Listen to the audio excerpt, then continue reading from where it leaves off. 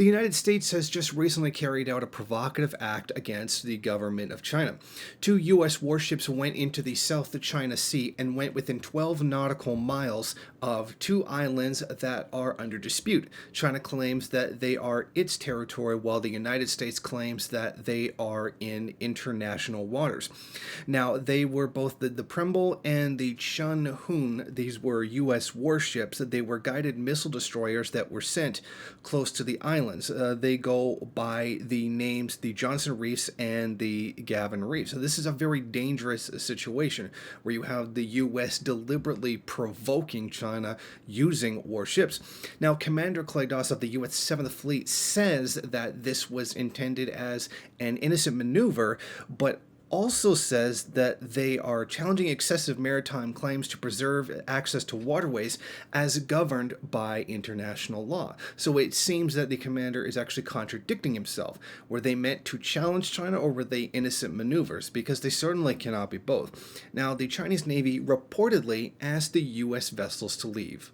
The relevant actions of the U.S. warships violated China's sovereignty and undermined peace, security, and good order in the relevant sea areas. The Chinese side expresses strong dissatisfaction and resolute opposition.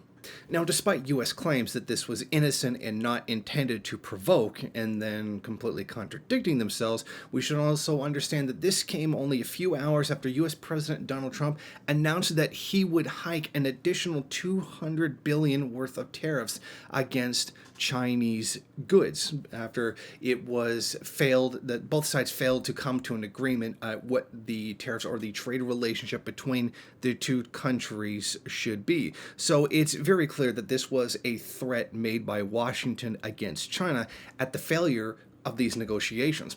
Now, it should be noted, of course, that China and the United States have had an ongoing trade relationship that has been very rocky at times as both countries are reliant on each other. However, this has been sabotaged by the current president, Donald Trump, who seems fit to just place tariffs on countries even though they already have standing agreements against them. And this has been going on as a months-long trade war. Now, it's very clear that the South China Sea has a great deal of resources in it, and this is contested by many countries, including China, Vietnam, the Philippines, Malaysia, and Brunei. But the fact that the U.S. would do this only hours after an agreement was failed to be reached between the two countries showed that this very much was a deliberate provocative act that was intended to attempt to intimidate China in some way. Of course, it would take much more than that to intimidate something as a country as powerful as China, but it's very clear what the U.S. was doing here. They were intending to provoke. Now, I don't believe that they were attempting to start a war. They were certainly willing to send the message that they are willing to be militarily hostile, which is why you would send warships into an area that is certainly hotly contested. And it should be known that in maritime law, the U.S. it cannot declare islands simply by sending military force in them. It's something that has to be done diplomatically. But what we have very clearly here is an attempt by the United States to intimidate China. Once they could not get what they wanted out of China, which would be a very weakened trade relationship between the two, not something that would be mutually beneficial at best, they attempted to use force and to coerce China into a better situation.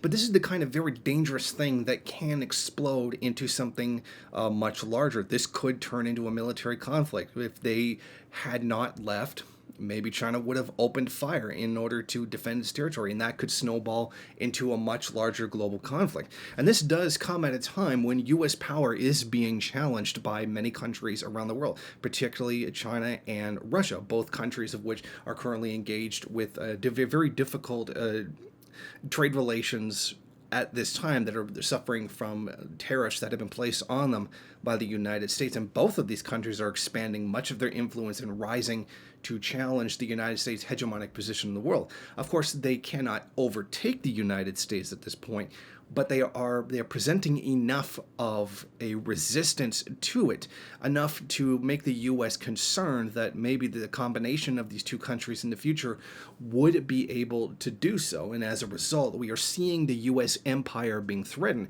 and that as a result, the United States is resorting to much more provocative and even in a way, violent actions to try to maintain its global position. Thank you for watching. If you like this program, then please head over to my Patreon page and set up a monthly donation. It's your donations that keep this program running. Also, if you would like, please rate, comment, subscribe, and share in various social media.